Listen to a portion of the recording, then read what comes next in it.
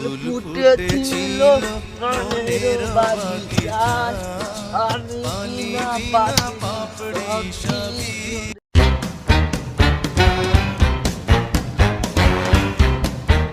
বাবা কি হচ্ছে? 50 টাকা দিয়ে স্কুল যাবো। তুই আমার মেয়ে, হ্যাঁ 50 টাকা নিবি? এক কথা যদি পাড়া গায়ে জানতে পারে আমার আর মান তোমার একটু রইবে নি। ভালো টুকটুকে মাল কটা যা, আজকে মস্তি করতে যা। ধর যা মস্তি কর, যা মস্তি।